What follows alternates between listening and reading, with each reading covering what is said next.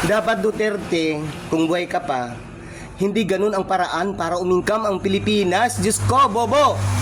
Pares lang kayo ng anak mo. Dadami ang pera ng Pilipinas kung mangiibita ka ng mga investors para magbayad ng buwis. Yon ang normal na trabaho. Hindi na mag-o-open ng business na illegal sa buong nauna. Hindi mo ba alam yon na may nagpatayan na yan sa Isabong? Ha?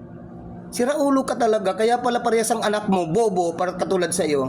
Kaaway-away dahil dyan sa Isabong, dahil dyan sa mga online scammer. Imagine ha, ang dami, ako nga rin, biktima na rin ako ng online scammer eh. Ikaw pa lang may pakana ng mga online scammer.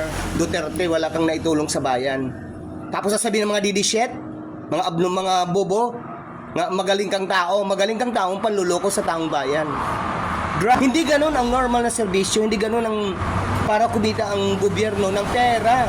Investors, ang daming investors ay imbitahan para tayo ng mga negosyo dito sa Pilipinas para malaki ang buhis, umingkam ang Pilipinas, hindi Isabong litse. Hindi ko hininto kasi kailangan ng pera sa Isabong ng gobyerno. I make it public now. It's 640 million a month.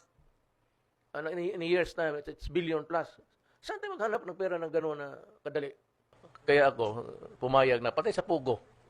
Ako, I will admit that talagang binigyan ko ng imprimatur. And the only reason is, sabi ko nga, because it gives income to government.